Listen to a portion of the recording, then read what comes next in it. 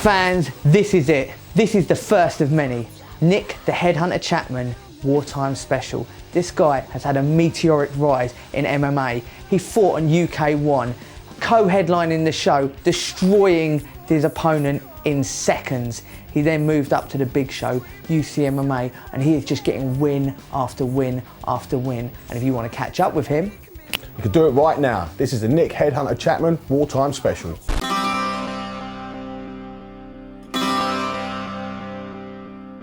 First fight set up. I mean, my coach was saying, not ready, not ready, not ready. I hadn't been training that long, but I just didn't care, I wanted to fight. So I said, when can I fight? I'll let you know when you're ready. I'll let you know when you're ready. And they kept saying that, and I went, you know what? I'm gonna get my own fight. So I did. I phoned the promoter up, told him I'd been around the block a bit and got a fight. And I was quite low on the card. So as I started sending the tickets, I started climbing further up the ladder on the card. And before I knew it, I was co-main event with Tom Watson on my first fight. I never had a fight before, and I'm co-main event under Tom Watson. He was a phenomenal fighter. He's a massive celebrity in the fight game. we're down here. Now, Nick, tell us a little bit about yourself, mate. Debut fight tonight, professional. Can't wait to get started. Really? Yeah. Heard a few big things about you, mate. You've heard things? Yeah, well, it's not bad being debut and being second on the bill. Well, I made my co-main event with Tom Watson. There's a bit of hype. I train hard, I've been well in training, just to see if I can put it to the test and perform under pressure. That's cool. You excited about everything? Yeah, I've been waiting for this for a long time. Brilliant, mate. How do you reckon the fight's going to go? I don't see it getting out the first round. This geezer into deck with me, he's banging trouble. But I'm going to try and take his head off with a right hook. Okay, cool. Brilliant. Listen, thank you so much for that, mate. See you, buddy. Nice one. Thanks, guys. I tend to thrive off the pressure. Stress gets to me. I mean, sometimes with the business I run, it gets stressful. I feel the stress. But with a fight game, the more sponsorships I've got, the more people that are there, the more coverage, the more hype, the better it is for me. I love that's pressure. There's a difference between stress and pressure for me. Pressure is, you know, the sponsorships, the support, everyone expecting of me. That's pressure. I work well with that. It was a big step. I didn't do any semi-pros or any amateurs, just went straight full pro. Didn't know, I had no idea what to expect. All I knew was I love to fight, and win, lose or draw, that guy was going to go through hell. Wow, this is the one I've been waiting for, Grant. You told me a lot about this guy. Nick Chapman versus Ben Schreiner. Now, I already want to sign the contracts. Looking at this guy, you know, just look at his entourage. He trains Katie Price, Alex Reed's in his corner. He looks the real deal. Grant, well, tell me more. Nick Chapman, this is his first MMA fight. Yeah, I was there just to fight, and I was excited. And everyone says about how confident I looked. It's not confidence, it's just, I don't really care. I'm there to fight, you know, there's nothing to be afraid of. I'm there for a fight, I'm there to have fun. Got a lot of pent-up aggression. Well, you know what? I met him earlier on, and what a nice guy. But the difference with these guys, when they switch, and in the cage now, he looks the business, and he looks like he wants to do the business as all. He is a mean machine. But have a look at his opponent. Look at that, I like that already. Grant, I'm loving it. Ben Schneider, his opponent, hasn't come down from Wales to lay down. No, Dave. not. He's come to fight. I've heard a lot of good things about Ben. There's the first stiff jab. At 93 kilos, Nick Chapman looks powerful, doesn't he? He's massive. Stand-up's not great, but there's the big clinch, and it's Schneider who takes him down. Schneider had the takedown and makes the mistake. But lovely control from Chapman there. If this is Nick's first fight, he's really taking his time. Look at the power, look at his build-up. The shots are going in. Look at that. Look at those shots to the ribs. It's all over, Dave. I cannot believe it. And the referee has called it off. Look at the audience, look at the crowd. He wants to go in for another little dig. I'm liking that guy. Grant, if I can have this footage, I want to put this on Sky Sports. That guy deserves to be on Cage Fighter, as I'm aware you commentate with me on that. Well, that was a cracking performance from Nick Chapman. It was over a bit soon. I'm sure the crowd wanted to see more of him. He is one to watch for the future. Absolutely. I was obviously the poster boy on the show. I think it was this image actually. I think I met him for a drink a few weeks later after the fight, and he was in my local town fighting on a show locally, so I went down to give him a bit of support. And he said to me that he got the poster, the show, and he was like, "Cool, you wouldn't want to fight that guy, would you?" And then, yeah, I bowled in the cage because we hadn't actually seen each other before the show. Didn't know what he looked like, he didn't know what I looked like. And so he had this picture on this poster which he thought was just to promote the show, but then it was me. The second fight I'd ever had in a cage was on Sky Sports at the big show at UCMMA. Again, you know, what are you getting into there? I've got a whole load of people in the crowd again. I've done 300 odd tickets or whatever, and you know, I've got a lot of people expecting of me because of the first fight. And you know, in the back of your mind, you think to yourself, well, I might have got lucky in that first fight. You just don't know. But I'm the sort of person that, again, that passes through my mind pretty quickly. I really don't care. I'm there to have some fun. I'm there to fight. Yeah, it went pretty well. What, 1 minute 14, the guy was fast asleep. Being stereotypical, every Eastern Bloc country fighter I've ever seen has been tough as nails. So we'll see how this goes. Oh, big right cross. And immediately Chapman goes for the takedown. Big takedown. Chapman inside mount position. Andreas trying to get his arm around the neck but changes position. Now here's the thing with a lot of the Lithuanian fighters, they're known for their stand-up, not so much their groundwork. And Nick Chapman is going to try to see what his standard is on the ground. That's right, Pierre. Rob, it was a big right hand from the Lithuanian that forced Chapman to take him down, and he did it immediately. That's right, it was good work by Andreas to force the fight to the ground, but right now he's using his strength and will to try and find a better position. Not a lot of technique being used right now. And the thing about it, as you say, not a lot of technique. With lack of technique comes the use of strength, and that will gas you faster than anything. That on top of the nervous energy I'm assuming that he feels right now, and we could see the gas tank go out really quick here from the Lithuanian fighter. Chapman finding a nice opening to get a couple of shots down the pipe. Right now looks as though he could be pushing for the arm triangle. Switches to mount position now. If he kicks over and applies the pressure, we could see a submission. Good work by Chapman. Andreas' legs are going. It's a tap. Beautiful work and a great win for Nick Chapman. Do you feel me? I need a sign, I need to know you're standing You know what, I can't explain it. The only way I can describe it is absolutely just living the dream. You know, if I could have said to myself 5 years ago where I'd want to be right now, I'm exactly where I would just dream to be. I think the only other step for me is my gym, Fight Science Gym, but we're this close. I mean, a few weeks we're opening. I'd like to see that do well. And then of course the UFC. And that's the ultimate for me. That's just everything I could have possibly asked for in my life. She's my wife, she's my best friend, she's my soulmate, she's my supporter, she's brilliant. I mean, she just manages things around my life which allow me to just focus on what I've got to do. She doesn't want me to fight, she didn't want me to fight. When I first mentioned it to her, she thought I was going to grow out of this phase I was in. She was wrong, but she stuck by me. She literally said to me, I think 2 years ago now, what do you want to do? What is it you want to do? Because I needed to do something. I needed to focus my effort somewhere. I said, I want to fight. And we sat down, we spoke, and she said, right, just go and do that. I'll support you 100%. And she has never, ever done anything but that, all the way through. And, you know, leading up to fights, I start to cut weight, I get grumpy. I'm training a lot. I get injuries all the time, and I'm moaning and groaning about different things, and she just takes it in a stride. She keeps me focused, keeps me moving in the right direction. She's brilliant. She's an amazing person, and I could not do what I do without her.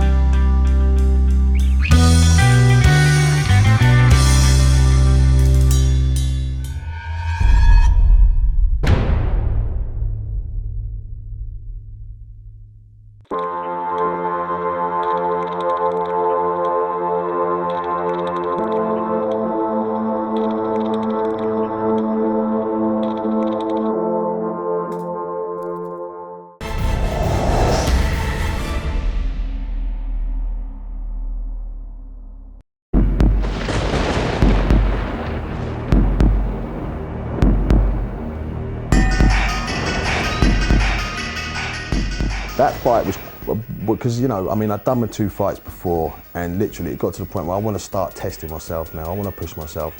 And well, I had a guy lined up, and I'm new to the sport, and I'm not sure what's going on, and I'm getting these names, and I'm like, well, whatever. I got a name of a person who had to pull out due to an injury, but not even 2 weeks before the fight. So they had to find a replacement.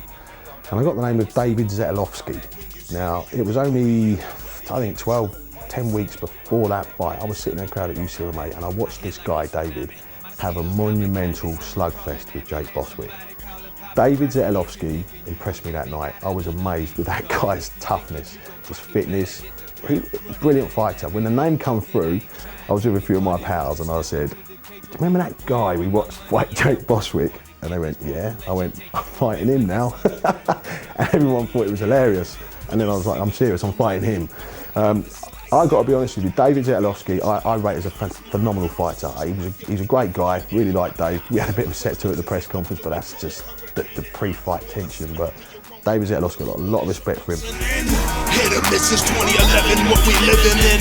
Choker better breathe the lights of these new days. And we're underway. Nick Chapman in the black and white trunks. David Zalas in the red and black. Well, like I said, Ben, Zalas has a great stand-up game plan, but not if he's going to be taken down by Nick Chapman as easy as that. Chapman able to get the takedown comfortably. Big hands. Nick Chapman is a big guy for a light heavyweight. Look at the thickness of the muscle density on his body there. That's a big dude for a light heavyweight. Nick Chapman looking for that arm triangle. That's the same one that he won his last bout with against Andreas Juska. Obviously a favourite technique, but and he's got it on. It is on. That is on tight. Wow. He's got it beautifully. He's caught in the half guard. This might give Zalas a little bit of saving grace, but if Nick Chapman can actually pull out that half guard and jump to side, that will put on the arm triangle double tight. Zalas triangle his own leg there and making sure that, as you pointed out quite rightly there, Ian, Nick Chapman can't escape from that, because at any point, if he moves sideways and turns like a clock, that choke will go tight, and it'll be no way out at that point. Well, he's let go of the arm. Chapman decided to leave it. But actually, I saw Zalas's hand come out as if he was getting ready to tap. I could be wrong, but oh, what a nice reversal. Zalas showing that he's got a lot more than just good stand-up. Good work by Zalas. Looks to move to mount. Wow, this could be trouble for Nick Chapman. Chapman looks twice the size of Zalas. It'd be interesting to see Nick Chapman in these adverse situations, because this is where champions are forged. It's easy to get those wins when you're coming in and knocking people out quickly. It's when you're in a tough situation that you often find out. I couldn't agree more, Ben. I've said that all along. Everyone's a champion when they're winning. It's when you're in trouble like this and you fight out of the trouble, then come back from this. Oh, big right hand. Beautiful shot. Big shot from Zalas. Well, Zalas has a good ground game as well as the stand-up, controlling his opponent by controlling his head. Big body shot. Nick Chapman's got to be careful of leaving that arm out there. Zalas firing some really heavy shots, reverberating all across the cage floor. Big mouse coming over the eye of Chapman. Zalas talking to the refs, some sort of issue, but quickly resolved. I think it was the mouthpiece there, Rob. Referee's just put it quickly back in and the fight resumes. Zalas from the mount position, and he's welted up, as you pointed out there, the head of Nick Chapman. Zalas doing well. He's not panicking. He's not sitting up and just throwing bombs and then getting thrown off the mount like we've seen earlier tonight. He's actually controlling his base. He's throwing a punch, getting ready to be dismounted, and then spreading his arms. That was a tough fight. That was a tough fight. The guy, I underestimated his ground game. He got mounted in the first. I'd done a good slam, picked him up, slammed him, and I sunk my arm triangle on, but I let it go. I let it go for some reason. I thought he had it defended, and I didn't know about the arm triangle as much then as I do now, and I let it go, which then he reversed the situation, got on top, and spent 2.5 minutes smashing my head in. To be fair, I actually wasn't that fazed by it. His shots I didn't feel, and they weren't bothering me. I was underneath quite happy, thinking to myself, I'll reverse this in a minute, but totally underestimated his ground game. A lot of respect for Dave, and I feel very fortunate to have etched out a win in the second round. Pursuing that takedown a little bit, but he's got to watch his back there. Oh, he's got it in. That choke is in. It is in tight. He can get it. Oh, he just slipped his chin out. Chapman's got just enough room there. Does well to pop his head free as he in mount position. really well to escape there. And a saving grace, I think, for Nick Chapman, who's now in half guard. This will be the little breather that Chapman needs.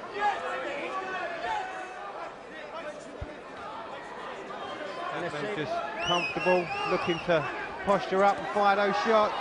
Big hammer fist from the top there, but Zadelovsky once again calm from the top.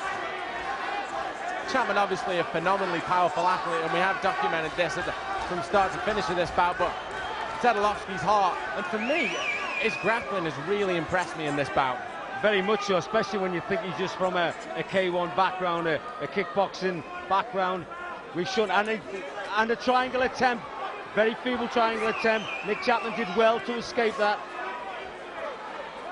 But working all the time from his back is Zadelovsky. Chapman working again for that arm triangle. His head is down on the floor. He's trying to lift Zadelovsky's arm up. Plenty of time left in the round as well. Doing a very good job defensively, Zadelovsky at the moment. Chapman trying to find a position, as I said, that he moves to mount. Moves to the arm triangle. Could be dangerous times for Zadelovsky. Zadelovsky once again he's got him in a half guard. He needs to get out of that half guard to put it on tight. Excuse me, Ian, I didn't actually see that. I think he's got his legs right the way across, but you're right, the half guard is on tight. But Zadelovsky's struggling. He's tapped. He's out. He doesn't like it. Yeah. Chapman wins by an arm triangle. See the frustration from Zadelovsky's face. Yo, without a doubt, I'll be that one you heard about. The one who get it in and get it on. I'm like an animal. When in my house, I'm pulling out. I'm feeling hot, so watch your mouth. My friend, you do not comprehend. I had a guy called Neil Baton lined up for the fight. I'd watched him fight previously, big tough guy, good wrestling. Thought this is going to be fun. So I spent 12 weeks prepping for Neil. Assessed him, his style, worked out a strategy to beat him. And we worked hard on this particular strategy.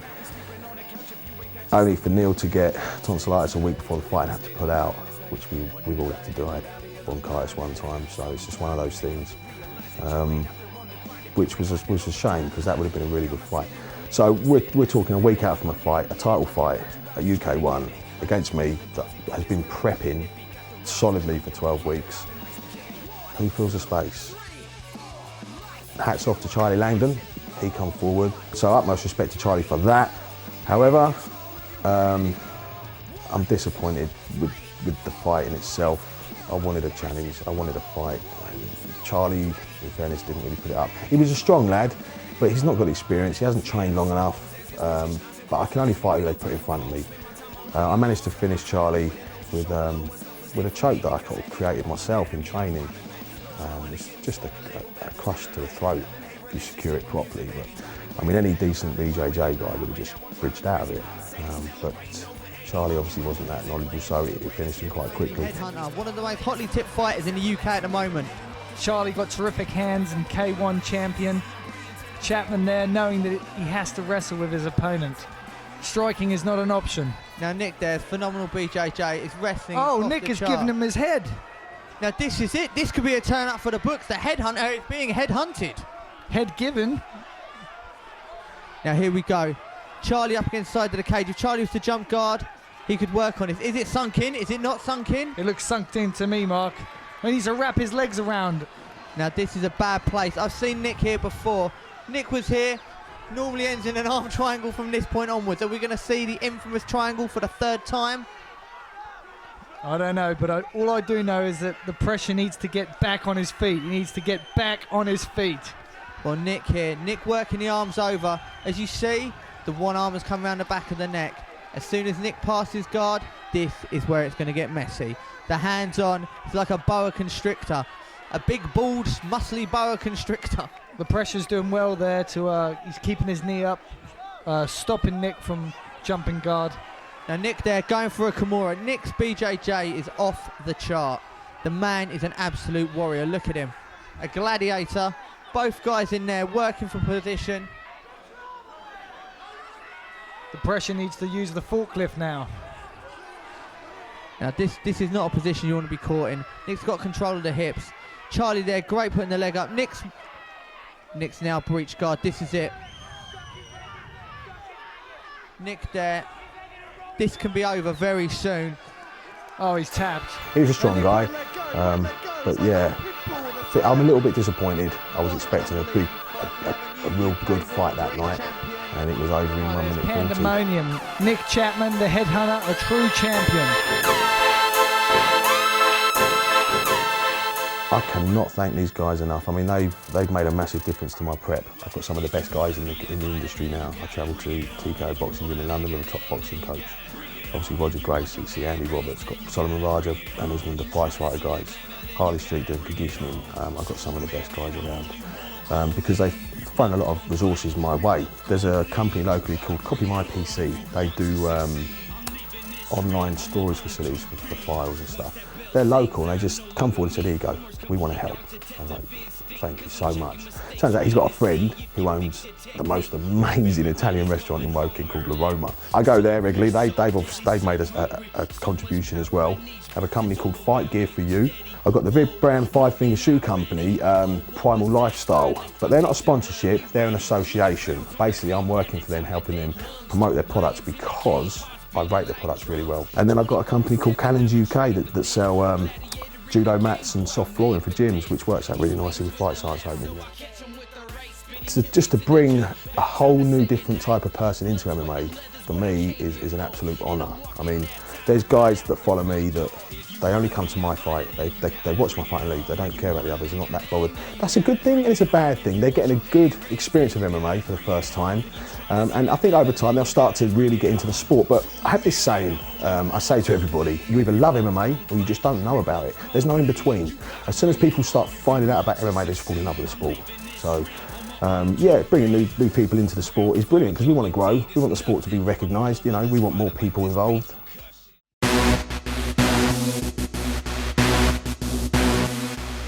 I'm going to be a little bit careful about what I say because I don't want to give any information away. We've got a very, very solid game plan in place. I've got what-if scenarios, just, you know, strategies that I'm going to try and implement. I'm not going to say too much. I'm not taking Jimmy lightly. Who would? You'd be foolish to take Jimi Manuwa lightly. Phenomenal fighter. But I love a challenge, and if that's not a challenge, what is? The situation I do like is the fact that, you know, he's 9-0. He's not lost a fight. I'm 4-0, not lost a fight, but he's been around the block. He's got a lot more experience than me. He's the guy that everyone tips to win. I'm the underdog. I like the underdog. I'm going to have to be ready for a war with Jimmy, so I've started the weight cut early. I mean, I was over 100 kilos just 3 weeks ago, and it's hard moving around for 3.5s at that weight, believe me. So I brought it down early this time. We're still quite a few weeks out, and I'm near on 96 and a half in the mornings, which is just where I need to be. I find 96 is exactly when I'm at my best. I'm fit, I'm still strong, my power's going up, even though I'm cutting weight. This is where the magic happens right now. This phase is where I start to feel awesome. So I've still got now another 6 weeks of solid training, feeling as good as I feel. And I can still cut a little bit more. Maybe size with Jimmy, is that an advantage? Possibly not. Maybe speed and endurance would be more of an advantage with Jimmy. I just want to do the best for the supporters and the guys that are coming up there, making the effort to come and either support me or just to watch the fight. I want to give them a show. I want them to see some things I've been working on in my training. And I'm going to show them Jimmy under pressure, for sure. I'm going to show a look on Jimmy's face of probably shock, because I know he underestimates me, totally does. I don't blame him for that. He's not got the footage he's got to go on, but I want to go out there and show the people that have made the effort to come and support me that, you know, that was worth the effort. I don't think I would be where I am today without as much backing as I've got. I have no idea where it comes from. I'm not going to question it. I think, you know, the support and sort of level of backing that I've got is amazing. Make the crowd roar. 1, 2, 3, 4. There goes Headhunter with another KO. 1, 2, 3, 4. Headhunter here to make the crowd roar. 1, 2, 3, 4. There goes Headhunter with another KO. We all thinking there ain't enough room at the top. That's not true. We all sitting bumper to bumper. The difference between me to you trafficking, popo trailing, they moving it for me. They my escort, respect the heat I walk on. At least 3 non-suited watching me live. I bought them they crib, I bring a bad one home. They can watch a shower, I shoot a porn flick. I never had it like this.